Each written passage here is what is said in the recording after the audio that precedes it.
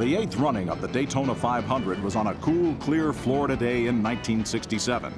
Temperatures in the 50s chilled the crowd, but allowed for hot action on the track. The greats were there: Richard Petty and Freddie Lorenzen, favored to win in car 28. Another favorite was David Pearson. On the pole was Curtis Turner in the race's only Chevelle. And there was a young newcomer, USAC champion Mario Andretti.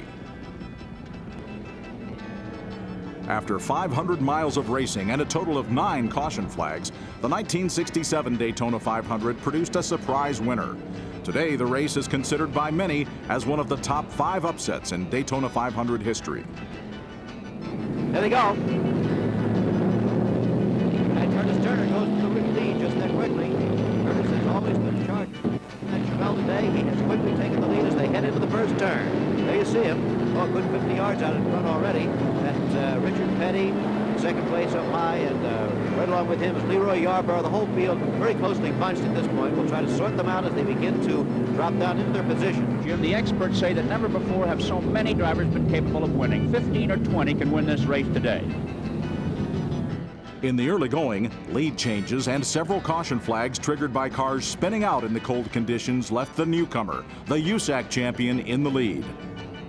We're back at Daytona, and the battle goes on. The leader is still Mario Andretti, but we have to say more about that. Mario Andretti did not fit under the yellow flag when all of the other leaders did, so he could be in kind of a bad situation, although he's still in first place, right, Chris? Well, he's going to have to stop. There's no question about that. Why he didn't is puzzling everyone, and probably his pit crew more than anyone. Andretti was repeatedly able to pull to the front, turning laps at 180 miles per hour. His gamble not to pit earlier paid off. Just about side by side on the banking, and look out for Goldsmith. There he goes. The tail of his car began to fishtail, wobble, and then you saw him going up to the rail, down into the infield, and miraculously, no other cars ran his. Just past the 100-mile mark, Andretti got the break he needed with a yellow flag pit stop. Here is the big break for Mario Andretti. Racing resumed, but the yellow flag was out again. The field was thinned considerably as cold weather contributed to less grip on the track and more spins on the turns. As the smoke cleared, a fierce battle began at the front.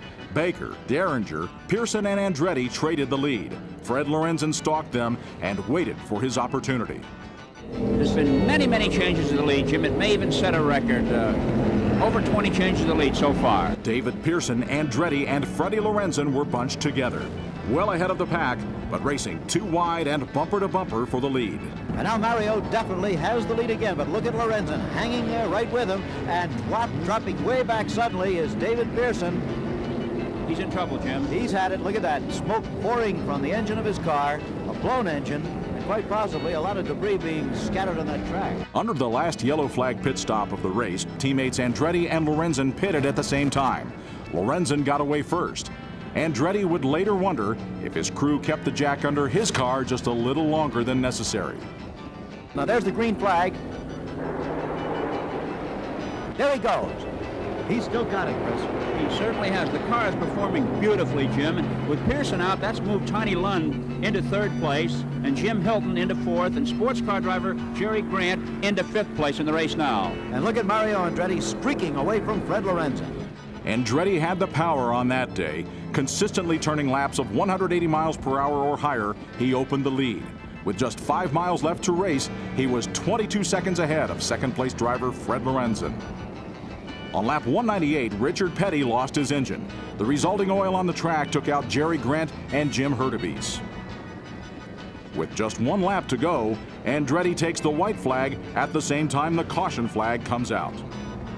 Mario Andretti ready to take the checkered flag, and there it is. He made it. Mario Andretti has won the 1967 Daytona 500. He's won it with an average speed of 146.9 miles per hour. However, that's deceiving because there were 9 yellow flags today. Had it not been for that, the average speed could have been well up in the 170s, I should think. The Great American Race of 1967. 50 cars started, just 18 finished.